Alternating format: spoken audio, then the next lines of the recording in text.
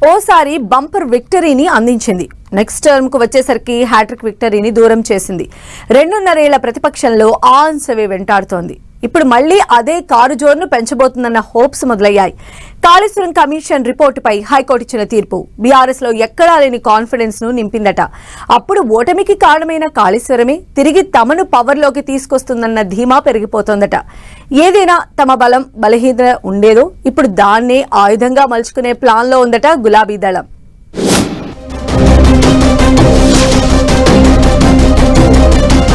గెలిపించి ఓడించి కారు చుట్టూ కాళేశ్వరం చక్కర్లు.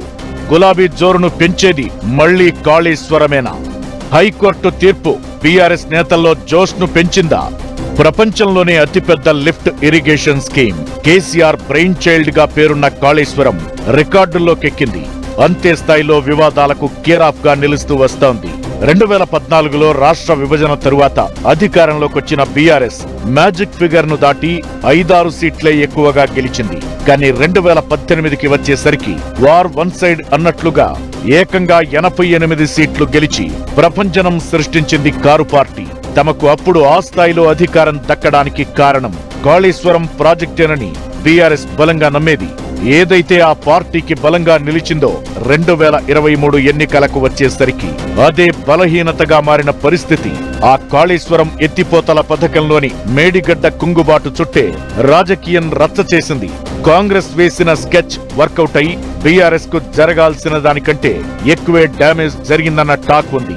ఆ తరువాత రేవంత్ సర్కార్ పీసీ ఘోష్ కమిషన్ ను ఏర్పాటు చేయడం, ఏకంగా సిబిఐ విచారణకు ఆదేశించడంతో బీఆర్ఎస్ మరింత కార్నర్ అయినట్లే కనిపించింది సీన్. కట్ చేస్తే గులాబీ పార్టీ చేసిన న్యాయ పోరాటం ఫలించి కాళేశ్వరం కమిషన్ నివేదికను హైకోర్టు నిలిపేసింది.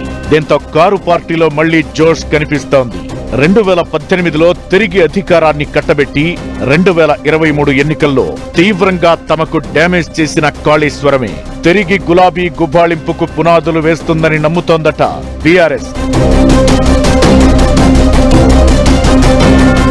గత అసెంబ్లీ ఎన్నికల్లో తమ ఓటమికి ఓ కారణమైన కాళేశ్వరం ప్రాజెక్టే ఇప్పుడు తమకు సానుకూలంగా మారుతుందని లెక్కలు వేసుకుంటోందట కారు పార్టీ.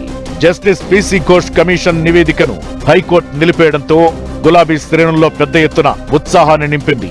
ఈ తీర్పు రాజకీయంగా బీఆర్ఎస్ పార్టీకి ఒక పెద్ద ఊరటనిస్తోంది. ఘోష్ కమిషన్ నివేదిక ఆధారంగా మాజీ సీఎం కేసీఆర్, మాజీ మంత్రి హరీష్ రావుపై ఎలాంటి చర్యలు తీసుకోకూడదని హైకోర్టు స్పష్టం చేసింది. కాళేశ్వరం ప్రాజెక్టుపై హైకోర్టు తీర్పు వెలువడిన వెంటనే అటు కేటీఆర్, ఇటు హరీష్ రావు రియాక్ట్ అయ్యారు. కాంగ్రెస్ ప్రభుత్వం తమపై చేస్తున్న దుష్ప్రచారానికి ఈ తీర్పు ఒక చెంపపెట్టని అటాక్ చేస్తున్నారు. రాజకీయ కక్షతోనే తమను టార్గెట్ చేశారని ఆరోపించారు.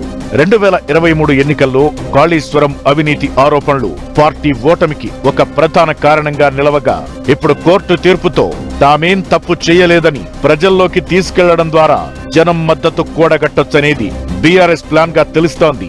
అందుకే చిల్లర రాజకీయాలు పక్కనబెట్టి మేడిగడ్డ పిల్లర్ల మరమ్మతులు చేయాలన్న డిమాండ్ను బలంగా వినిపిస్తోంది. తక్కువ వర్షపాతం, కరువు ఏర్పడొచ్చన్న అంచనాలతోనే కాళేశ్వరం ప్రాజెక్టుకు రిపేర్లు చేస్తున్నా ఆ ప్రాజెక్టు బాగి నీళ్లు వస్తే తమకే మైలేజ్ వస్తుందనే అంచనాల్లో ఉంది గులాబీ దళం. కాళేశ్వరం అంటే ప్రజలకు టక్కున కేసీఆర్ గుర్తుకొస్తారని, ఇప్పుడు ప్రభుత్వం మరమ్మతులు చేసి నీళ్లు లిఫ్ట్ చేస్తే ప్రజలకు వాస్తవాలు తెలుస్తాయంటోంది బీఆర్ఎస్. కారు పార్టీకి మళ్లీ కాళేశ్వరమే జోష్ తెస్తుందో లేదో చూడాలి మరి.